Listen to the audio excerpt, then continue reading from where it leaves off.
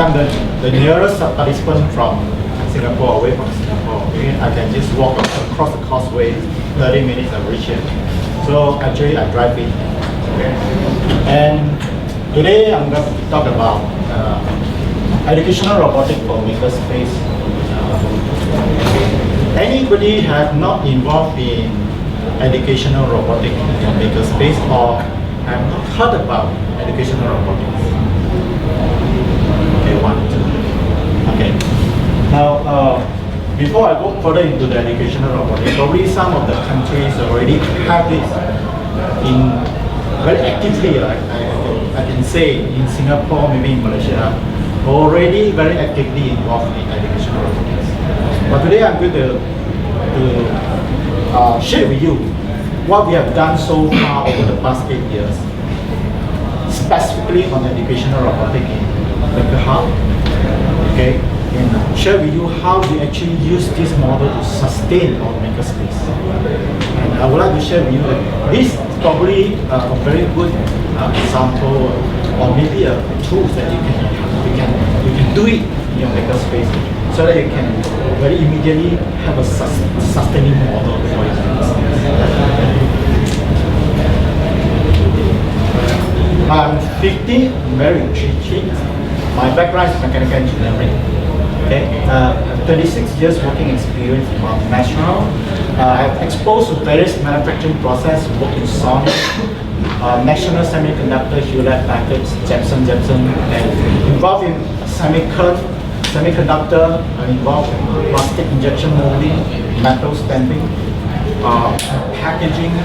I also involved in fishing hook making. So I'm exposed to many manufacturing processes. Okay.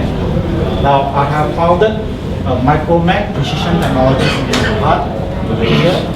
I founded Micro Robotics Center in Johor Bahru and Makerhub, which is the latest. Tell you how this company has transformed from one model to another.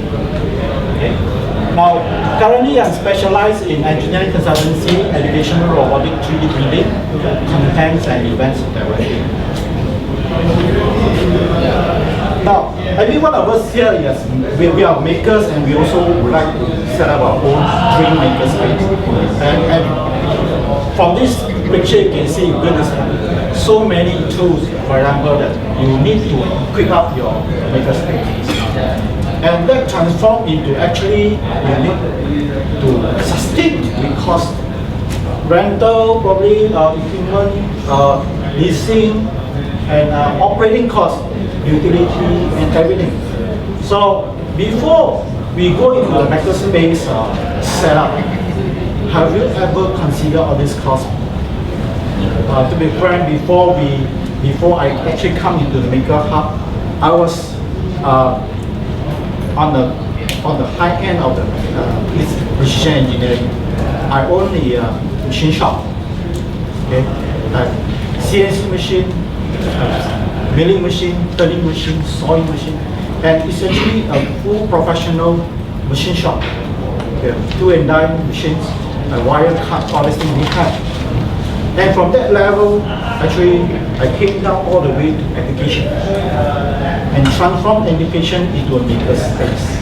This is what I'm going to share with you later. So when the cost involved, we're looking at setting up a new company or makerspace start from, and you want to grow, you have a very important thing that you need to cover the cost, to sustain it.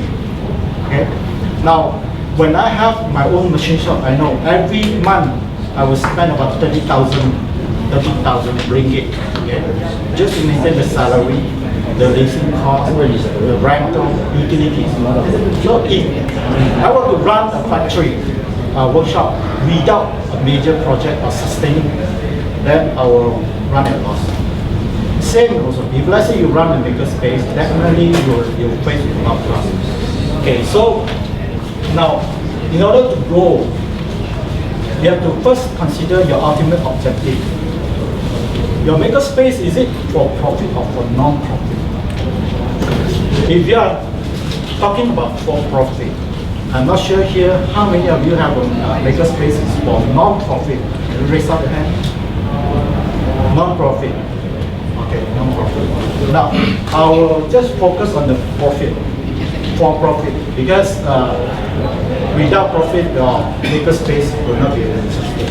Okay? Now, in order to have a profit, definitely you look into this membership, subscriptions, rentals, or space improvements, or classes, workshop. Probably you got grant and donations, external events, hardware or software, or probably sales and services of other products, and small scale productions. Right? This will probably be considered. So today we only touch on the classes and workshop, and specifically I'm talking about additional robotics. Okay. Now let's look at this Makerhub's model. Okay. I'll call it a home maker, and one of them is also home maker in Thailand. Okay, the home maker. And you look at the logo here, it's actually a house. It's a home, right? And this Chinese word here means DIY. Okay, DIY. Now we magnify actually how Makerhub started. I hope to share with you how we actually transform this our business model to Makerhub, why we choose educational robotics, and how we sustain the business through educational robotics, and a future strategy for further progress to become a community makerspace. Now, where are we? Makerhub is located in Johor Bahru. It's only about 30 minutes away from Singapore. And we are down south, which is about 300 kilometers away from Kuala Lumpur, which is the main activity center, main unit, the companies, a lot of industrials and universities are all located in Kuala Lumpur. We are so far away. And look at the whole Malaysia here, we are only just right at the tip of the Malaysia. So we are very far away from a lot of resources. That's the reason we have to do a lot of consideration before we start our business model. And why we want to choose educational robotics. There are reasons behind it, right? Okay, currently we have 4 centers.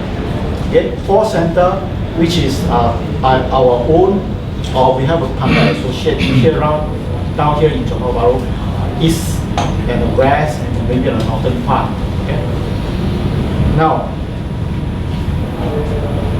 we started year 2002. Actually, my company is a precision engineering company. We have CNC, and at the peak of the business, we have wire cut, we make tool and die, we make machine, we design machine, we design robot for factories. So those are millions of dollars projects. But I can tell you in Johor Bahru, it's not easy to run this kind of company because we are short of manpower, especially skilled manpower.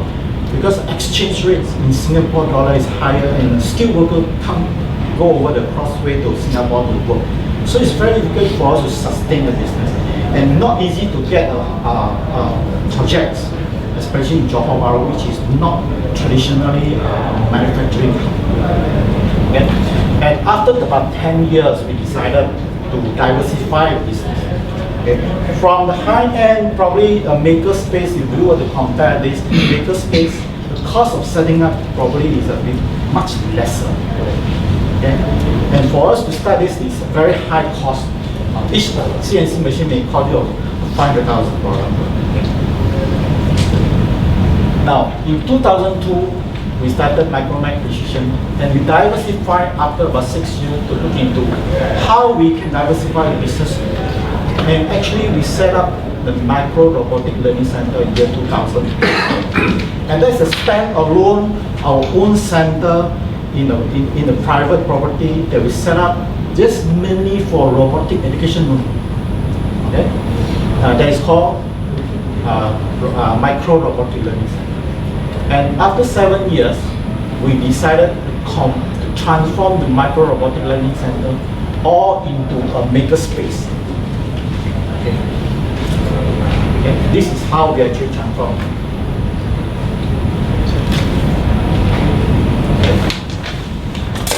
Now, year 2004, before we started Educational Robotics Center, we actually have done a market research. Okay? And in year 2000, we have actually got a lot of news and data saying that there's an indication of growing trend of educational robotic activities in the government school. And many of the young children started to learn the new technology. And a lot of information already gathered down, and news coming out from the newspaper. That was the year 2004, it's about 10 years ago. Right? And in Malaysia, since year 2005, the government has sent teams over to the World Robotic Olympia competition, and there are about 300 starting.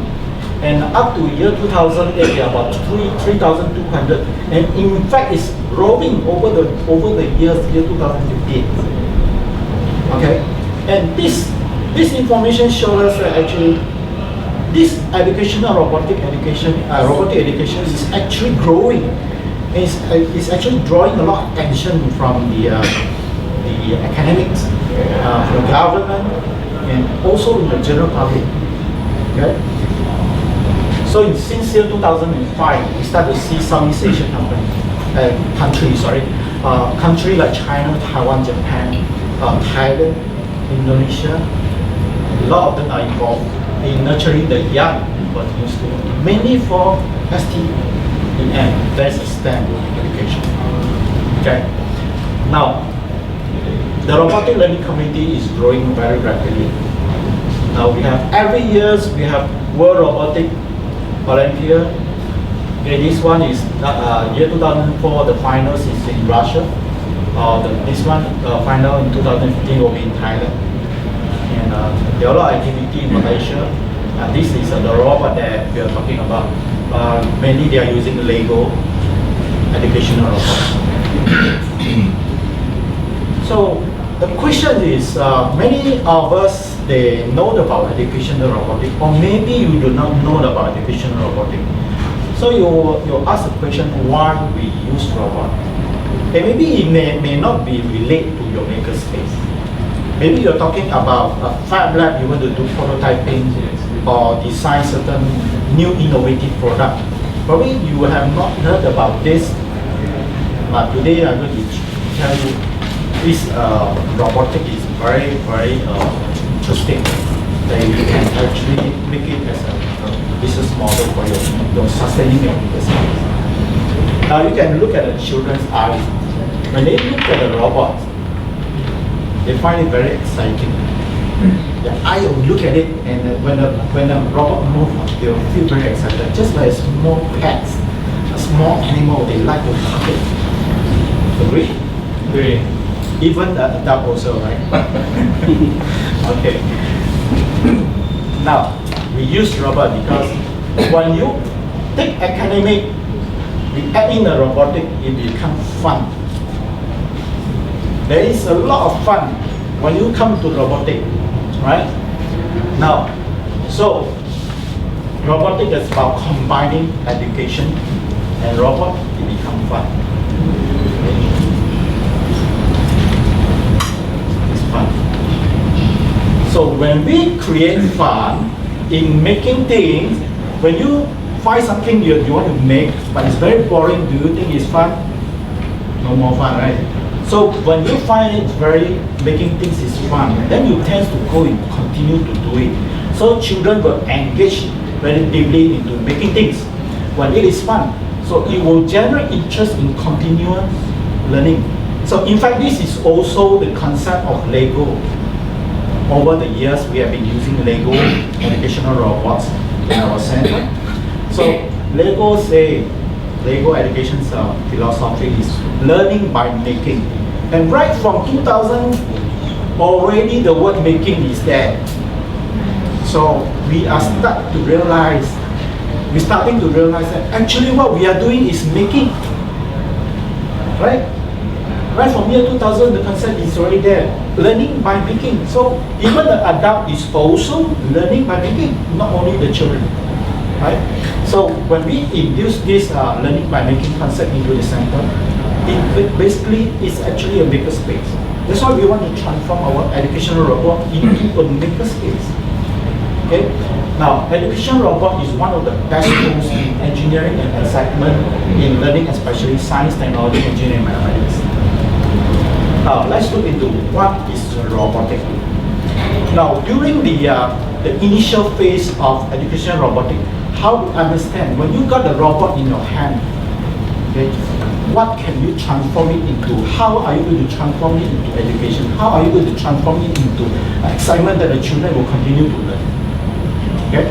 Now the concept given by actually also by Lego, right, philosophy, is first thing you have to engage the children, to connect them.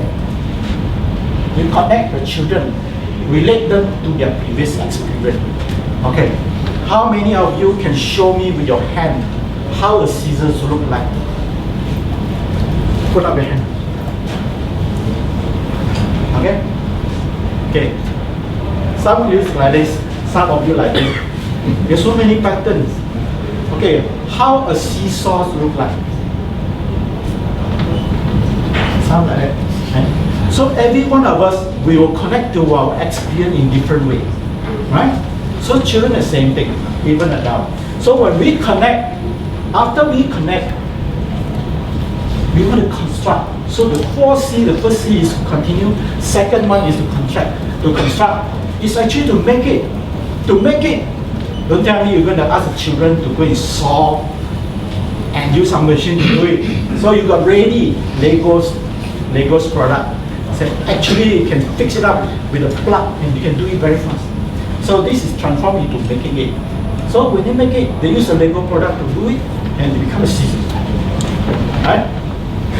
After that, we will ask them to contemplate, modify it, change the pattern, deepen the knowledge by changing the object.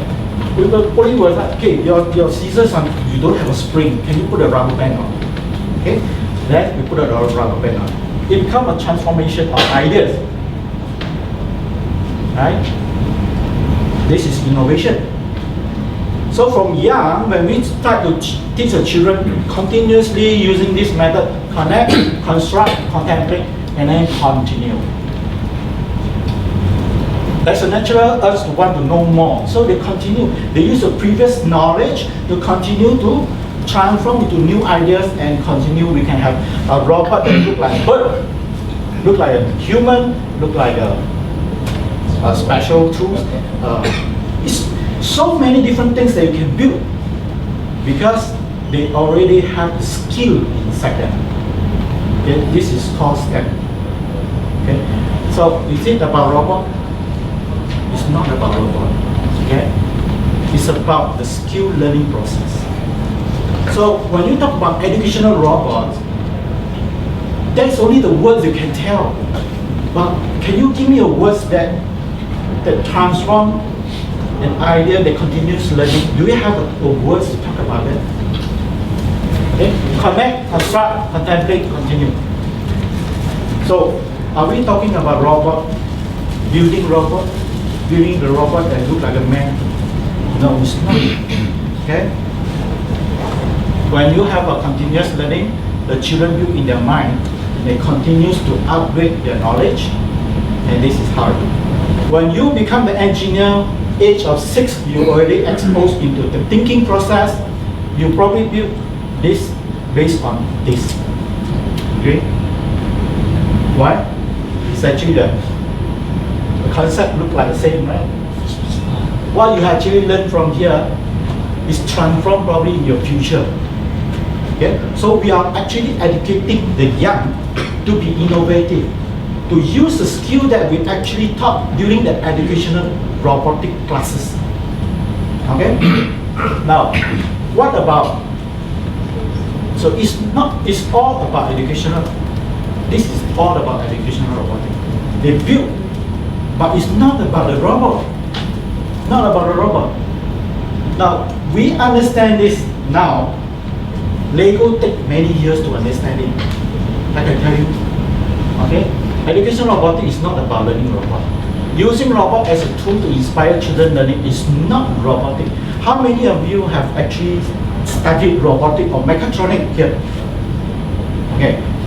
So, can you explain to me how do you define a robotic? My robotics. Yes. Define it. Okay. It's a machine that can move by human or can move by itself. This is a very deep knowledge that you need to learn. Right? You need to learn about sensor, response time, probably a lot of very technical things to come into robotic.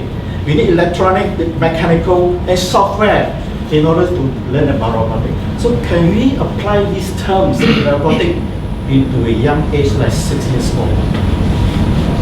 No, right? So what are you talking about educational robotic for the age of 6? So there's no actual right terms to talk about educational robotic now. So there is no precise words to name it.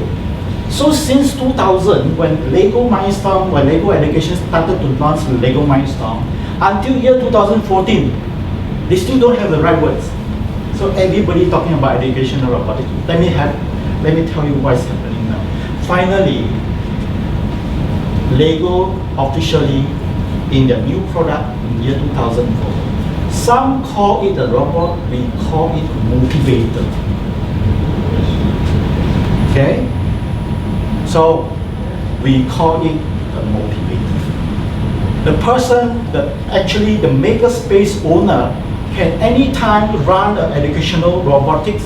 We call it, you yourself is a motivator, the tool itself is a motivator. We motivate children to learn technology, to learn how to make things, to innovate, to create. Okay?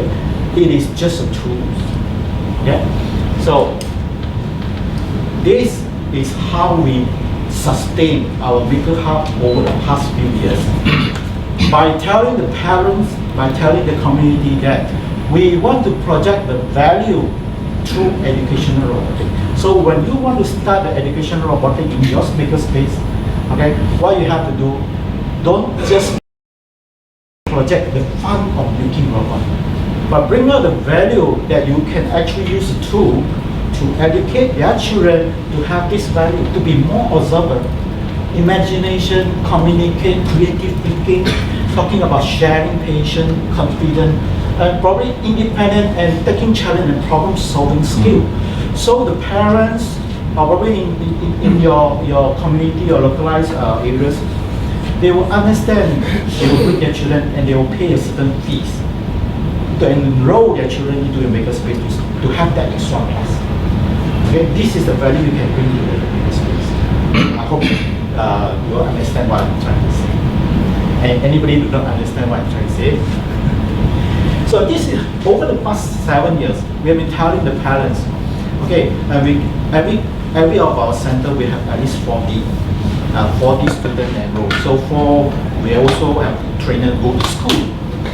Okay, we organize events, we organize birthday party, just have children to have fun using robots. Okay, now extensive activity in education robotics means what? First, not only in Malaysia or Singapore, I think in Vietnam, in Cambodia coming, in Thailand also, there is a huge and growing market potential, which allow your Makerspace to continue your business growth. You can take this model into your Makerspace. Okay? And it is good sustaining business model because when the children start to learn, they have fun, they will continue coming.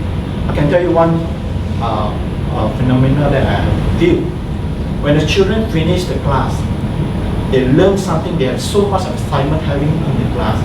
And along the way, from the first step out of the class until the next week, they've been talking about robotic with analysis.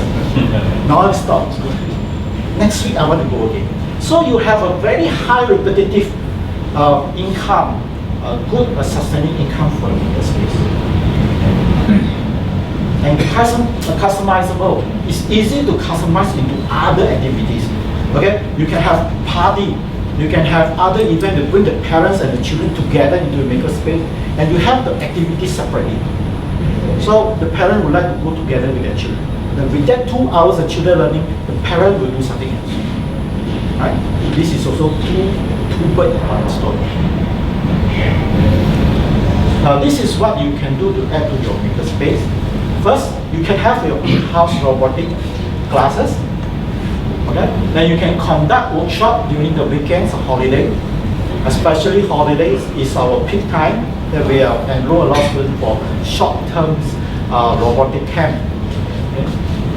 You can assist the school in setting up robotic club, training, send your teacher to school or trainer to school. You can invite parents and kids to join your workshop, provide adult robotic classes.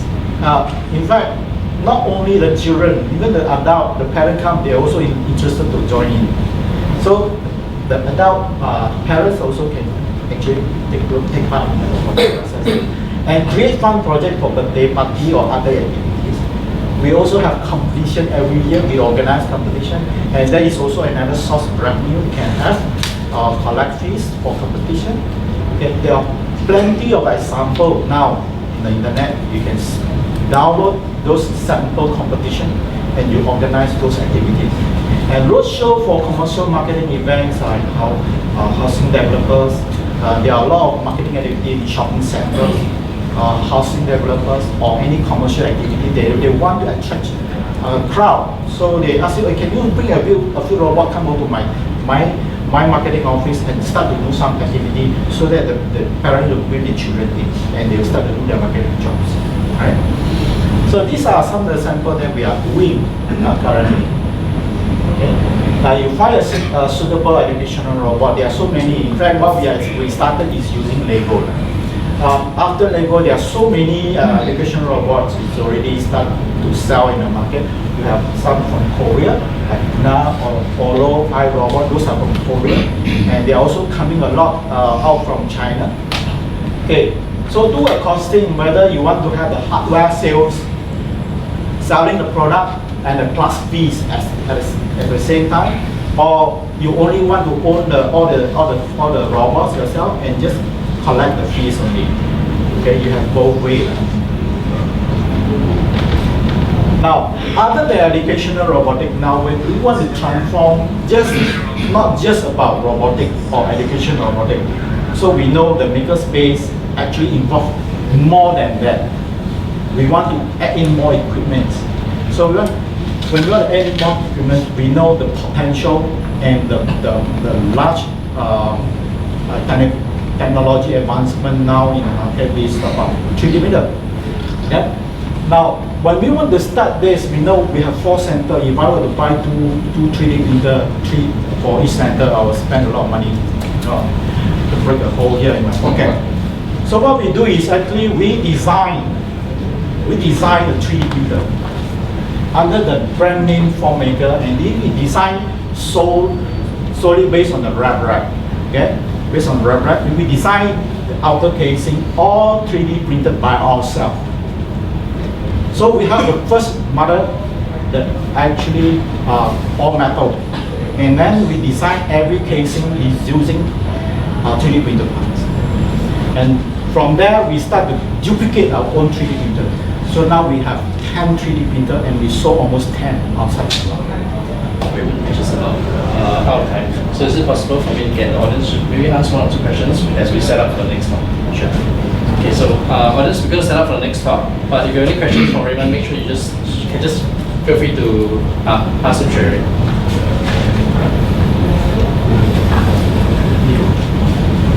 Anybody have questions?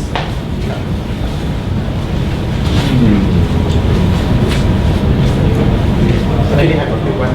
Yeah. Okay, after the 3D printer, actually we in our center we add on other projects. We have science projects like this is water rocket. And we are also adding on to Arduino, adding on to robotics, Korean products, and Makerblock is from China. We are adding on into our Makerhub, and we also have external outdoor. Okay, to allow the children to learn about making things in the outdoor. And this is what is our plan. Our future plan is to expand our business model around the country. Sir, thank you very much. So please join me in thanking Raymond.